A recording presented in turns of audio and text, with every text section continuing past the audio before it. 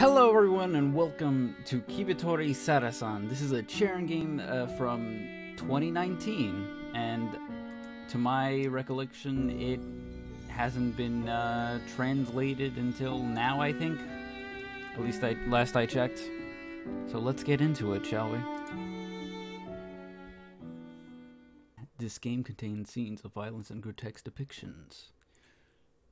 This is a work of fiction. Any relation to a real person or organization or event. Okay.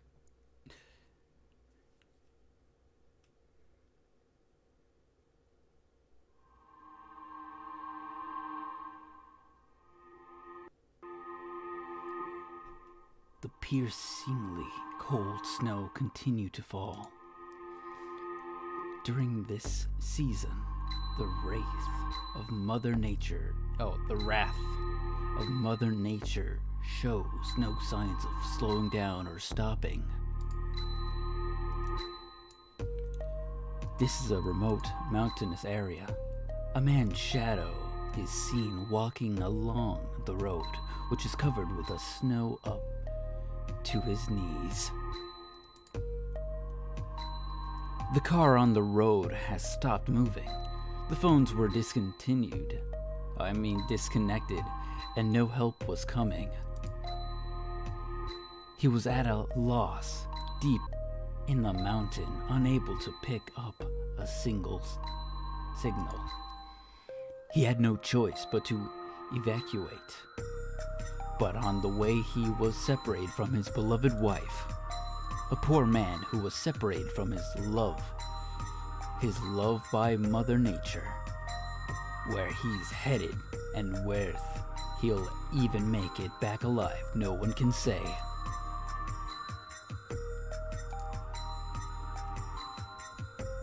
Where are you?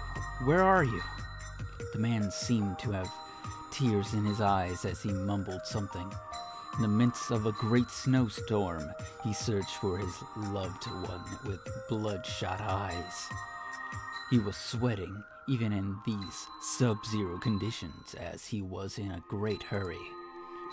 Wandering alone in the middle of a blizzard, anyone could see that only a cruel fate awaits him. The heavy snowstorm obscured his vision. It was getting fiercer and fiercer, and he could hardly stand on his own 2 feet. Even so, as if searching for something to hold on to, he struggled his way through the pure white world. It was then that his strength reached its limit.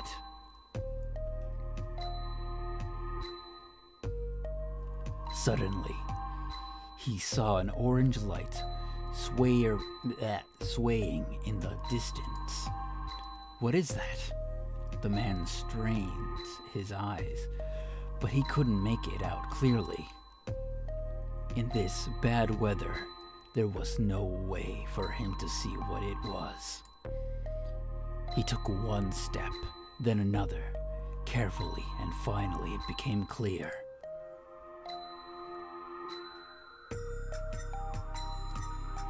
A person was there. A person holding a lantern in their hands, from which an orange glow emitted. It wasn't his wife, but the mere fact that another living being existed in this hellscape was reassuring. More than anything, just knowing that there was another human being around made him feel less tense. He put his hands to his chest in relief and walked quickly over to the figure.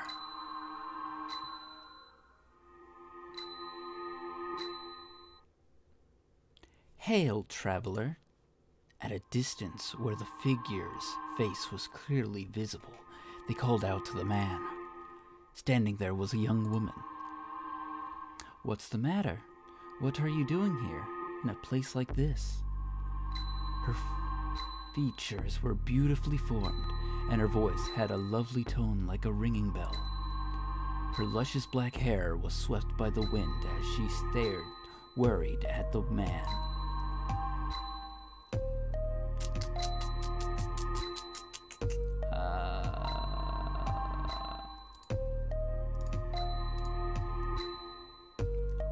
I'm looking for my missing wife. I see. So you've lost your way. Her brow furrowed in thought for a moment, and then she smiled at him, as if she had made up her mind. This is clearly no place to be standing around. My home is just around here. Why not stop by? As soon as she said that, she turned around and started to walk away. In spite of the poor visibility, the woman walked as if she knew the way. Under these circumstances, her confidence was an uplifting sight to behold. The man, nearing the limits of his physical and mental strength, decided to do as she suggested.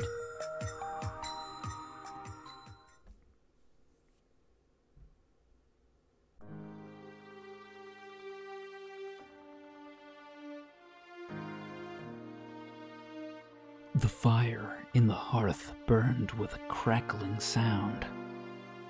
The gentle flickering flames quickly warmed even his freezing body.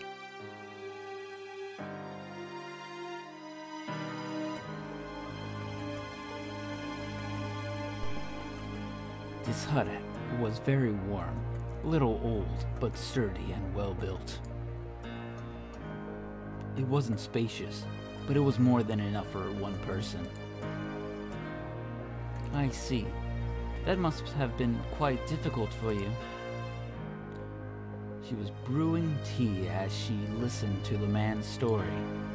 Green liquid is poured from the teapot, spitting out steam as it splashed into the cup. As the man watched, he was struck by memories of his own childhood. Here, drink up. The man took it and wrapped his hands around the teacup to warm them. Normally, he would flinch from touching such a hot object, but right now, it felt about right. You must be cold, aren't you? A warm drink is the best medicine for a cold body.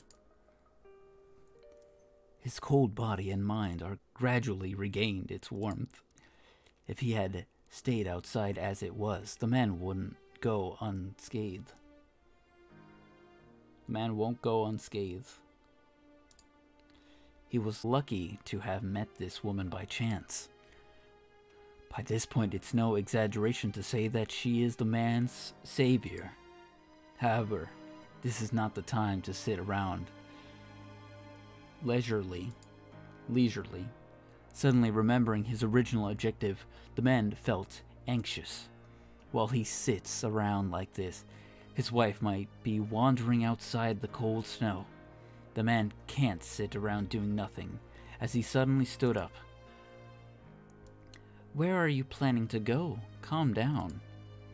You're not planning to walk alone those snowed-over roads in this state, are you?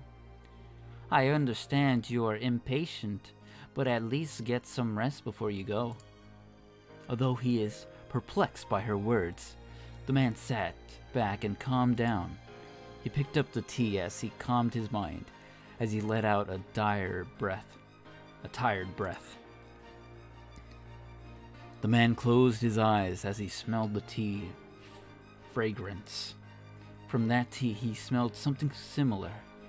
His grandmother used to put into the tea from when he was young. Such a ridiculous thing in such a serious time when my wife is missing. This hut's warmth is able to make me forget all of my pain. You may call me Sarasa. For as long as I can remember, I have been living in here alone. It appears her name is Sarasa. Why is such a frail young woman living alone all the way in such a remote area? Rather, it's very unusual for a person to live so deep within the mountains. I wonder, how does she manage such things like food? Where does she store it? As a lot of questions kept popping up, the man decided to ask her. Why are you alone? Let's see, where should I begin? The woman is staring into the air, thinking as if about something as she begins to talk. Both my father and mother have passed away a long time ago. Originally, my family used to live in a village nearby, but as he reached that part, the woman paused for a while. I guess it's safe to say that we got kicked out of the village. It can't be helped. I wonder if this is the best choice for both the village and us. Sarasa is looking at the distance as if recalling something sorrowful. Being chased out, hearing those words, the man could only imagine a sorrowful scene. I should stop asking questions and pry into her personal circumstances any further. Dear traveler, it's about time. After you've done resting, are you planning to go out again? I got to find my wife. You'd better call it off for today. The blizzard is still raging outside. Are you planning to die? Something dangerous called Kubitori lurks around these parts. Going out this late at night is very dangerous. I'm sorry if I butchered that thing. I'm sorry if I butchered that name. I'm sorry. Don't say such bad things. If you want to leave, better do it tomorrow morning. If you don't mind it here, you can stay for the night.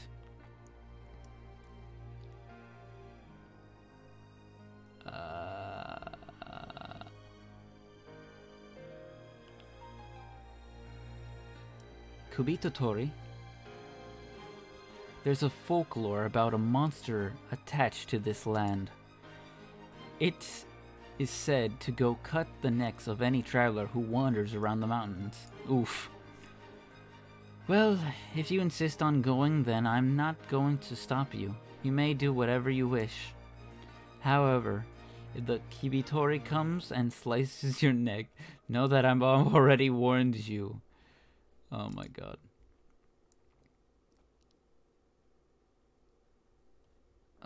Then just for tonight. You've made the right judgment, dear traveler. Please don't worry and get a good rest. Wait, does that mean that my wife could be dead in the morning? Well, you don't need to worry. Nearby there is a village. I'm sure your wife is doing well somewhere around there. Hearing the man's reply, Sarasa felt relieved and smiled.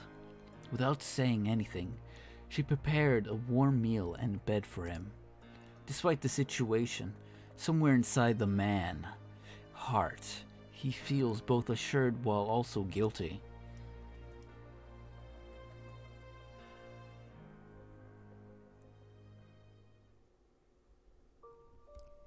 Oof, what is this? ... At night comes.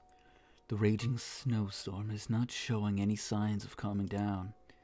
Instead of settling down, it feels as if it keeps on getting stronger instead. I wonder if my dear wife is safe somewhere out there. Sarasa, she mentioned there is a village nearby. I hope she's truly able to reach there safely. Honestly, I don't want to go and look for her right away. Oh, wait, what? Did I completely read that wrong? However, if I venture out there carelessly, I might lose my own life. Is praying really the only thing I can do for her now? Now then, what to do? Okay, this is weird. Wait, what? Whoa, whoa, whoa, whoa, whoa, whoa, whoa. Whoa, whoa, whoa, whoa. Dude, come on! Oh my god. I'm gonna go with the top one.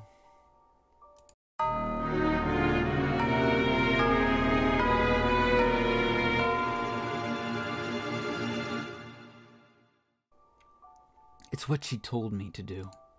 There's a blizzard outside. If I insist on going out, I may endanger my own life. I know better than anyone else that I shouldn't underestimate Mother Nature. No matter how long I ponder about it, no answers come to my head. Let's just call it a day. When tomorrow comes, I'm sure the answer will come on its own. Wrapped in the warmth of the room, the man tugged himself into the futon and drifted asleep. I am gonna die today. What? The sounds of bird chirping fills the silence. Yes, the long, grueling night has passed. Morning has finally came. The storm appeared to have passed. The sun is shining, unraveling the clear blue sky. Are you leaving already? As the man is preparing to set forth, the voice of the woman can be heard. There's no need for you to be in such a hurry, is there? You should take your time and then go. Although he's tempted after hearing such sweet words, he tightens and puffs his chest to show his determination.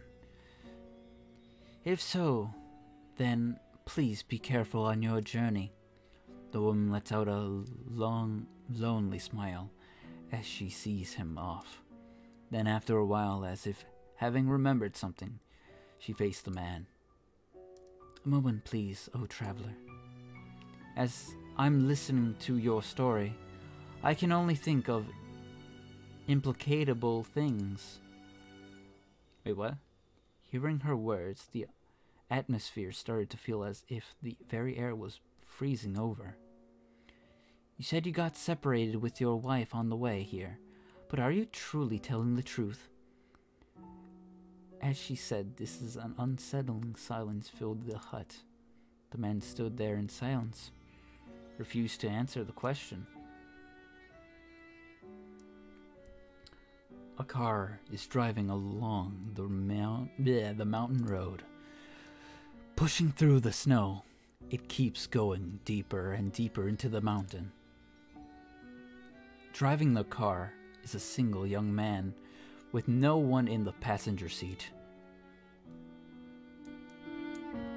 The man appears to be impatient about something as he wipes the sweat off his forehead. Eventually, the car stops in front of a cliff as the door opens up. The man takes out a huge bag out of the truck and threw it at the bottom of the cliff. The bag that's big enough to hold a person is rolling and makes its way down the cliff. Oh no. Oh no. Oh god, no, the eyes. No. What are you actually looking for?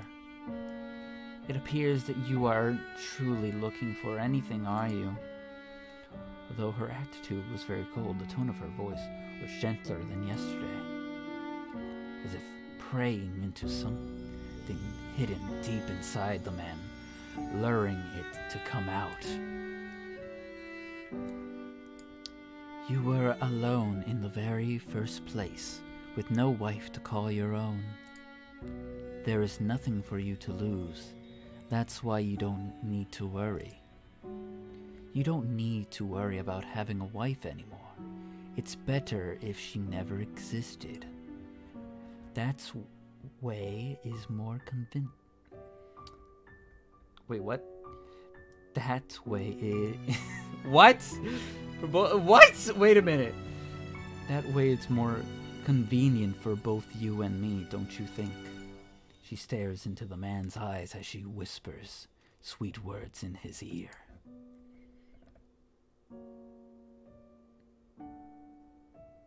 That's right. You should forget about any other woman. Just stay here with me forever. Yes. He wondered, when did he start to forget? His wife was the woman right here all along. No! You idiot! You were gaslighted! No! As he convinced himself, he started to gently close his eyes. Now, my dear, let's make you comfortable. Whomever you are, I will accept it all and bear the burden along with you. The past or the present, it makes no difference now. Sarasa smiled as the man's neck rolled down the floor with a tug. Oh my god! Bad and false sense of security. God damn it. Okay, let's try that again. Go out and look for my wife.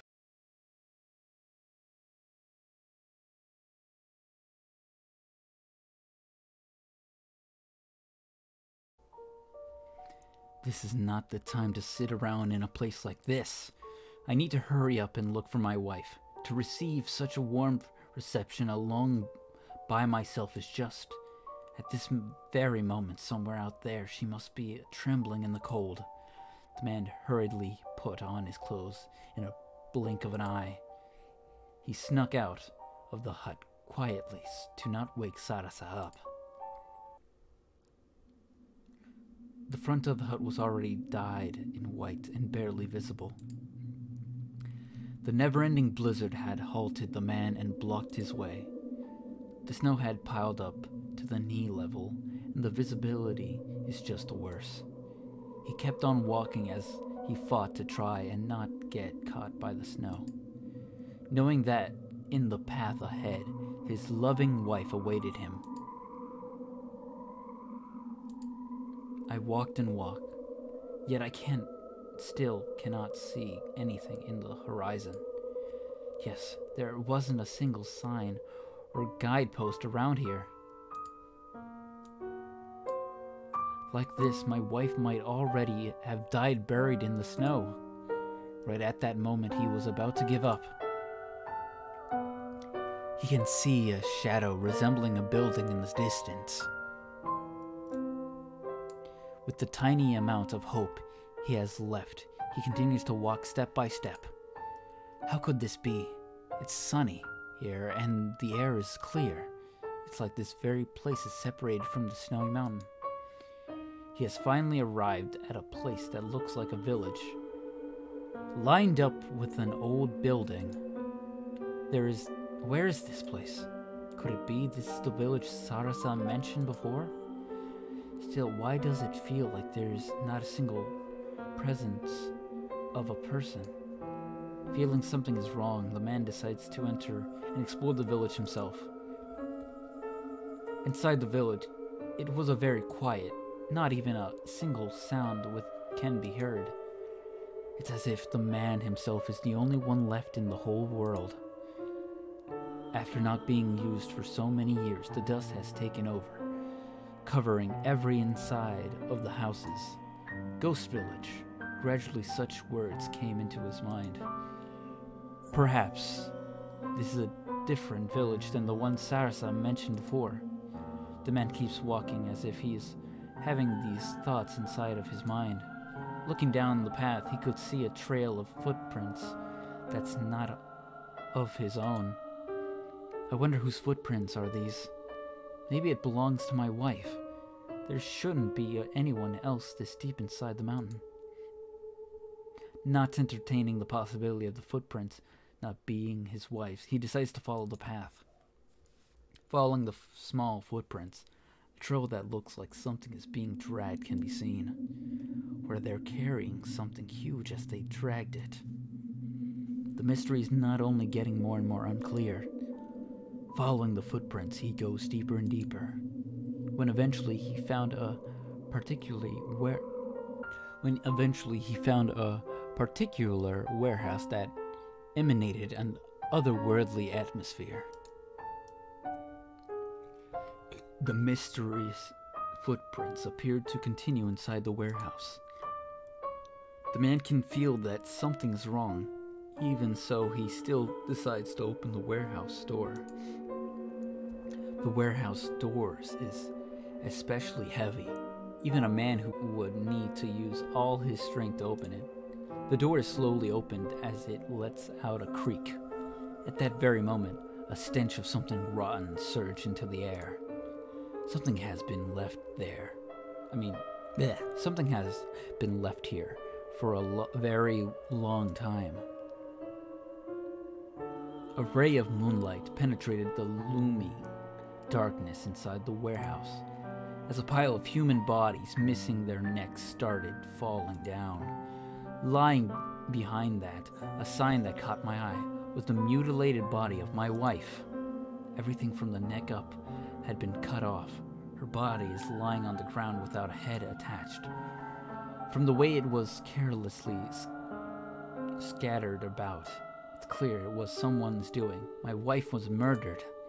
As the man felt nauseous, he closed his mouth tightly right away, trying to hold it in, but to no avail. The white snow had now been sludged by his vomit. The shock of losing his wife, the sight that he shouldn't have seen, the feeling of guilt assaulted his mind all at once. As he's panicking, he loses his strength and reaches to the ground while wheezing. I don't know what has happened here. All I know is that my wife has been murdered by something, and the fact that there is a huge amount of corpses left behind here. Moreover, all the corpses are all decapitated. This is obviously something abnormal. There's no way for me to understand any more than this. I don't even know any further than this. No matter what I do, I can't calm down. It's dangerous to wander around these parts as the Kubitori might appear. To go outside this late as night especially is dangerous. Suddenly Sarasa's words came to my mind.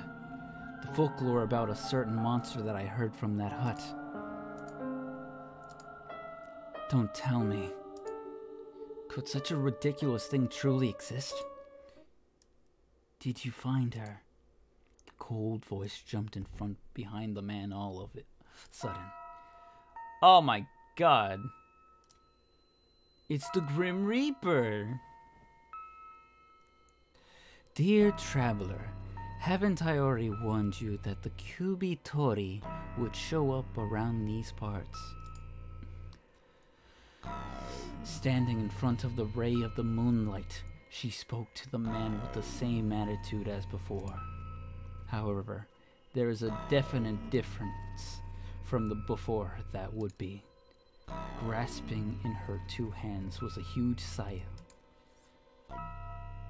Such a weird face you're making right now. Do you want to know how it turned out like this? Wait, what? She branched her scythe towards him as she gave him a cold glare. Unfortunately, it's better that you don't know. Please don't resent me, dear traveler. It's your fault for not heeding my warning. The huge blade is swung viciously as it cuts the wind. Am I dead?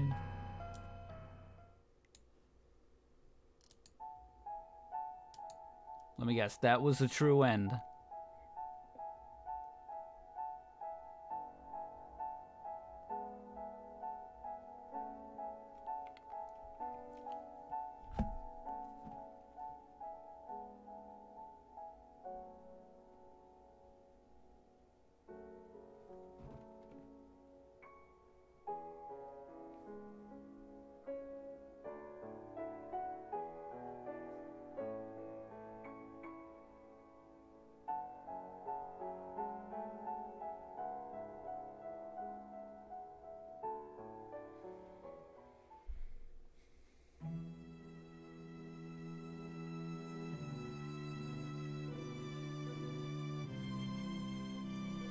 It's a very old tale. There existed a certain village deep inside the mountain, isolated from the rest of the world. The village is said to be cursed, even passing night. A monster would appear and cut the necks of any human within its sight. Its monster name is Kubitori. Although there is nobody who has witnessed its appearance, any traveler who has happened to meet it will have their necks cut. Fearful of the existence of this folklore, the villagers performed a ritual to calm the Kubitori. Once every year, they would sacrifice a young child as an offering in order to warn off the evil. Should a child be chosen as the offering, they would be locked inside a warehouse, where they would be decapitated by a huge sickle. Wait, that was a sickle, not a scythe? Okay.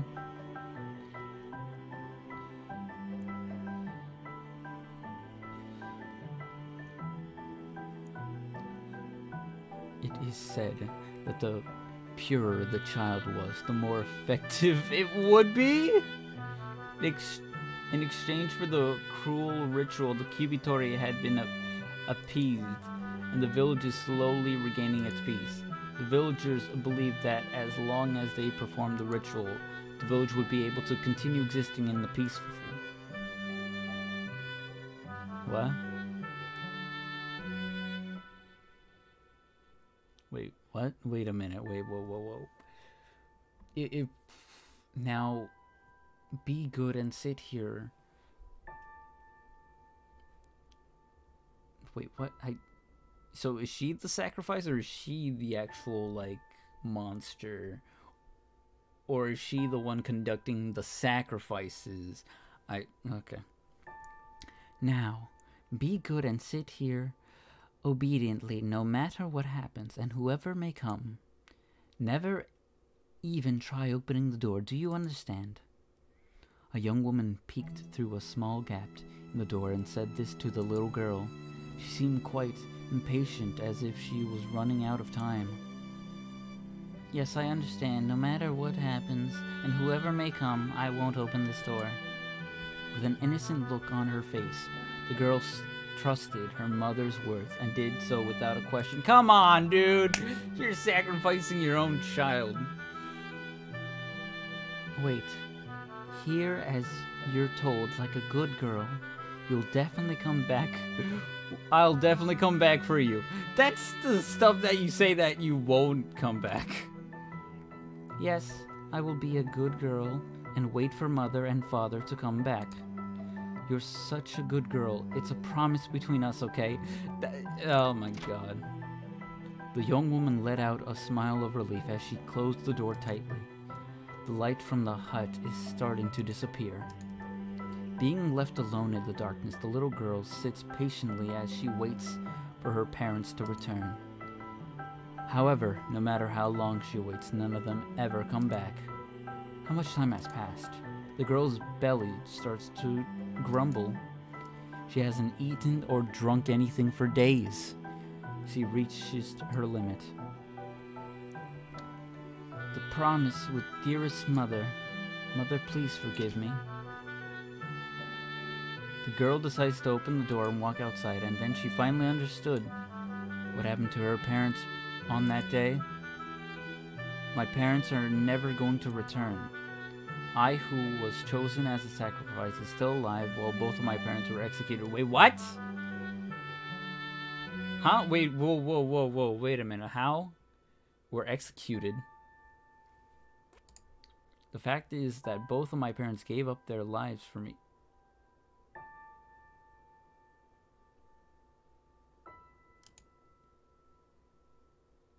The girl cursed herself. She can't help but curse herself. What? And the village that drove them to their death. From then on, a few years had... So, maybe I'll just keep reading. From then on, a few years had passed. Was it around the time the girl had grown up to understand what's going on? On that fateful night, the village is destined to perish. Damn! Such is a devastating sight, something that words can't describe. The monster from the folklore came and devastated the village.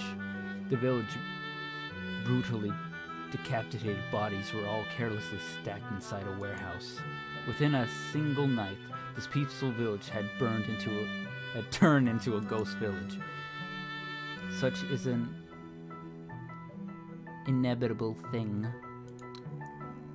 The Kubitori dragged her big sickle, covered in her big sickle. It's just a scythe, covered in a red liquid running down from its blood, muttered something as she surveyed the now silent village. This was probably the best outcome there is. The villagers had been repaid for every drop of blood they had shed from their offspring. The price might be too great for it to be redeemed within a single night. True end. Kubitori.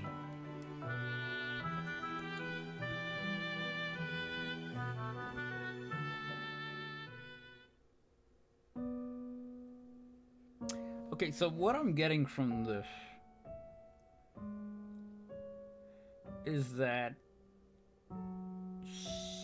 the village was sacrificing people, but the folklore was just that, was just a folklore. Her parents sacrificed themselves as in to hide. They hid her because she was gonna be the next sacrifice. So when they couldn't find her, they just were like, they killed her parents. After finding this out, she went on years later, she went on a revenge rampage and killed everyone on that village for her parents and the kids that they sacrificed. That's what I'm getting at, I guess. I don't know. I might be reading too hard into it, but again, why is there an assault? If she has a giant sickle or a scythe, it's basically just a scythe. Yeah, it's a sickle, but it's like, it's big enough to be a scythe. Just call it a scythe, dude.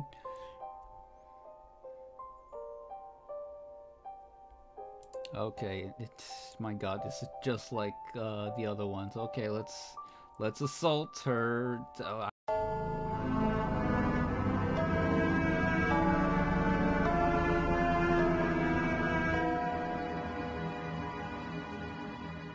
I don't know why there's this option. Also, you would probably die if you actually did this. Right now, in this place, there's only a man and a woman who are strangers. Under one roof, it is not surprising if something should happen. Dude, you're married! Succumbing to curiosity, the man decides to sneak a peek at the woman during the night. Dude, come on! Oh, hey, I remember this music. Oh, God. As the man snuck into her room, he pulled back the covers. She was ready for it. She was ready! She has her hands like up like that. She was expecting. Oh, it's you. Aren't you a bit late? I'm tired of waiting. God damn it! Without realizing it, he let out a grin and laughed at her unexpected reaction. He thought that she would refuse outright and became furious at him. Yeah, you're gonna die, man. You're gonna die. He breathes widely as he gets excited. It would appear that the feeling of ecstasy spread all the way down to his lower body. No, he's gonna die. No. Oh no. You are such a lively man. Will you entertain me tonight? I've been waiting for this for a long time. A young man just like you.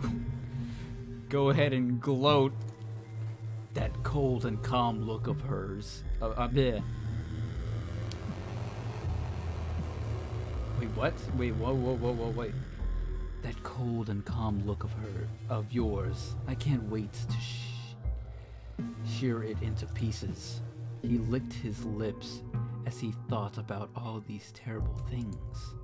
You can see a white snowy valley from the loose part of her... Ah, dude, come on! Her kimono. The man reached out his hand into the months on her chest. And then he gets sickled. Knew it.